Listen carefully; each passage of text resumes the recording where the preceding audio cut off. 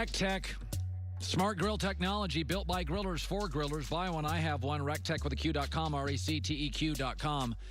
It's been a weird year in the NFL. It's been high scoring, offense way better than defense. Most points scored at this point any NFL season. A lot of favorites are winning, not underdogs. I've had a very rough year, 10 wins, 14 losses, and a tie, because I like underdogs. I like good quarterbacks getting points. I've only took one underdog all week this week, and let's bring in Jason McIntyre, Fox Sports Radio. All right, so you've been better than me, but it has been a very strange year. It should be noted the Colts had 4 false positives, COVID tests, so there was a little scare for the Colts. All 4 tests were false positives, so that's great news for the Colts. But, Jason, let's start tomorrow's headlines today. What's the headline for Browns at the Steelers? I've had a weird, good vibe with the Browns all season. We agree they're probably going to the playoffs, Colin. The headline will be, they still can't beat us here. I love Pittsburgh this weekend, Colin. Did you know Mike Tomlin is 13-0 at home against the Browns as the head coach of the Steelers? I mean, this matchup lines up perfectly for Pittsburgh. I'm sure you've seen the Browns' injuries. They got 2 starting safeties down. Their third safety is a kid, Sendejo, who they brought over from the Vikings. He's terrible, one of the lowest-rated safeties in the league. And you look at that Pittsburgh defense, number 1 in sacks, number 1 in pressure rate.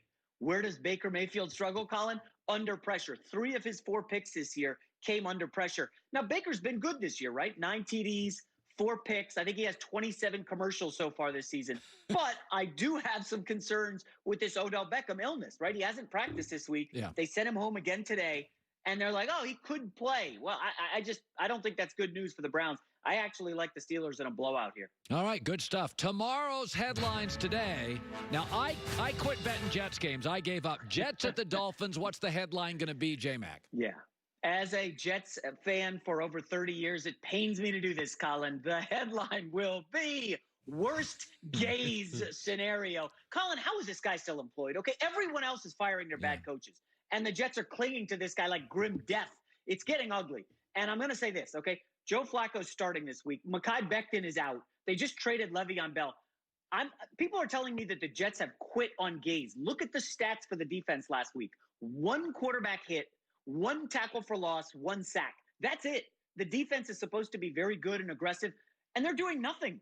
I think they go into Miami and lay a total egg, and finally the Jets part with gaze. A quick word on the Dolphins. This is a team you're going to want to watch going forward. Remember, Byron Jones is the guy they stole from Dallas in free agency. He was dinged up, missed a couple weeks. Last week, they started him on one side and Xavier Howard, who's a great cornerback on the other. Yeah. And Brian Flores did the Belichick thing. We're going to lock them up man-to-man and blitz the hell out of you.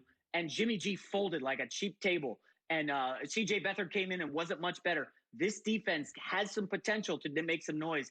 I like Miami big here. I know it's a big number. They're favored by 9, but I bet them this week. Tomorrow's headlines today, the Fox game of the week. Packers at the Bucs. I'm on the Green Bay side. What will the headline say? Well, there's only 2 4 p.m. games, so I'm still holding out hope you'll invite me over to watch this one, right? So the headline will be, Brady cuts the cheese, as my young children laugh in the background. I like Tampa at home this week. Colin, remember the mantra in gambling. Nobody is as good or bad as they were last week, right? Yeah. Everybody watched Tampa on that island game Thursday night. They couldn't move the football against the Bears. Well, you know, newsflash, Chicago's a top 10 defense efficiency-wise. And Brady was down Fournette and McCoy and Godwin. Those guys are all practicing this week. It looks good.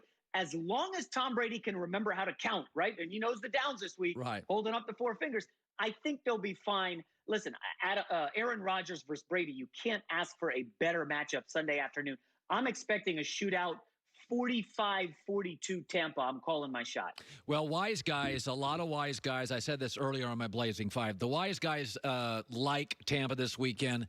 Yeah. I just think Green Bay's offensive line has given Aaron so much time to throw. Yeah. They have almost no penalties. They got no interceptions. They have no turnovers. No, they're really, Aaron's very comfortable right now. So they're going to have Vita Vea's out for Tampa, which worries me for the year. So, all right, tomorrow's headlines today. What's it going to be? Rams at 49ers.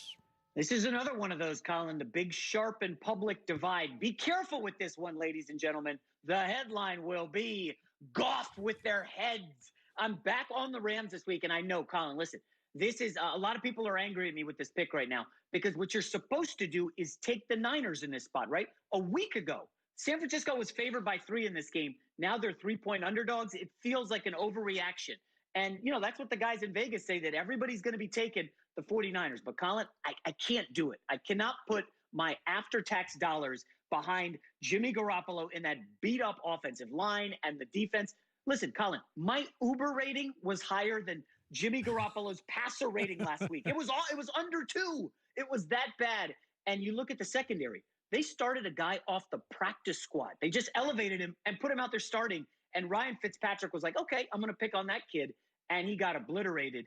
I really think Goff, I know they've only beaten NFC East teams this year, but I think Goff and that Rams offensive line super underrated this year. I like the Rams here.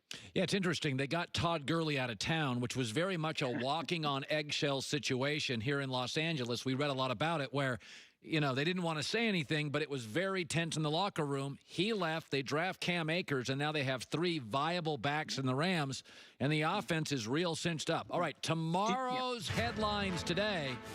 This is a game I can't figure out the Bills. I loved them until Tuesday. Their defense was great. Now it's awful. What's the headline going to be for this one? Because I couldn't handicap it. I had no feel for this. This is a good stay away, smart move for you. The headline will be Mahomes, he got bills to pay, Colin. And I think there is payback here. Listen, they're coming off a loss. Andy Reid and Mahomes. Remember, they led that game against the Raiders 21-10. Okay, they were in good shape, and they kind of took their foot off the gas. Divisional opponent, we've owned these guys. They didn't take them seriously, and the Raiders had an awesome comeback in that victory. But I saw some troubling things from Buffalo. Josh Allen, chiefly. Okay, who is the real Josh Allen, Colin? Is he the guy for 4 games who looked like an MVP candidate, 70% completions? Or is he the guy we saw against Tennessee, just making some erratic throws, poor decisions? I know they moved the ball well against Tennessee, but ultimately, I didn't think Allen played a good game, and I just wonder how much more regression there is. I like the Chiefs here to win the game and cover the spread. Yeah, it's a really good week of NFL football. Having been a Jets fan your entire life, it is interesting that Darnold had more support inside, with the stories in New York about a month ago. But if this is the worst team in the league, it looks like to me the Jets. If they go 1-15 or 2-14, have the number 1 pick, would you move off Darnold for Trevor Lawrence? Yeah, and I'm going to phrase it the way a coach or GM would. We love everything there is to love about Trevor Lawrence. He is an immensely talented quarterback. We'd love to have him in the Jets locker room. I mean, I think that's what you say. You don't say you're moving off Darnold, but you kind of have to. And it's not about Darnold. He's probably going to thrive elsewhere. But you can't pass up Trevor Lawrence. So listen, I barely watched that Clemson performance, and I'm like, this guy's incredible. This is the 3rd year of utter dominance from Lawrence. Colin, he's going to come in and be instantly a top 15 quarterback in the league. And Darnold came in. He had some unlucky, he started with Bowles, and then he goes to Gaze. And I can't crush Darnold, but if the Jets can unload him and get a 2nd-round pick, I think you got to do it and take Trevor Lawrence. Good stuff, buddy. Have a great weekend. Jason McIntyre's got Straight Fire with Jason McIntyre on the radio side, the podcast side. Thanks, buddy. Appreciate it. All right. Good stuff. Yeah, it's I'm a Darnold fan too, and I do think you get to a point where he needs a fresh start. And I tend to root for players, not teams. And I like Sam and know Sam, met his family. I think that kid deserves a more stable opportunity. Like Cleveland's not stable for Baker until now, but he's had talent. I mean, the Cleveland offensive line. If you go to Pro Football Focus, all their offensive linemen, 4 of their 5 are elite offensive linemen, and Jedrick Willis, the left tackle, the rookie, is an elite pass-blocking offensive lineman. They are a mess. And he brought up an interesting point. You have so many injuries and so little lack of effort in New York, you do wonder if the team has quit, if the players have quit on the head coach in New York. I mean, I think that would be human nature. That's right? That's what I'm saying. It feels like the Jet players, like when you're not getting quarterback hits and they have a pretty solid above average defensive line. Last year, Jets got real pressure on people end of the year. So have players totally quit? I think they have. I mean, I think the end of that Jets-Broncos game showed what was happening there. I mean, it's just unraveled. Just unnecessary penalties and just it's not a good situation there. They could get a haul for Trevor Lawrence to move back and probably retool the entire team. but you can't pitch that to fans. It just, and you shouldn't. Like, part of this is entertainment and marketing. You've heard us talk about our favorite brand of cowboy boots, Tecovas Boots. It's a great company based in Austin, Texas. There's no middleman for Tecovas. They make the boots, and then, of course, you can buy the boots. And without a middleman, it means nobody in the middle to jack up the prices. They are handmade in Mexico, these boots, and it's about taking time and craftsmanship. Obsessive over it. They also have leather travel bags, wallets, belts. Their travel bag, I'll use it today. Tecovas, Austin, Texas-based, young company, went away for a little while with the pandemic. They've reemerged better than ever, better prices than ever. Tecovas.com/herd. This is not a cowboy costume. Cowboy boots, boardroom, hangout, dinner, date, they're great. Tecovas. We'll see you Monday in the herd.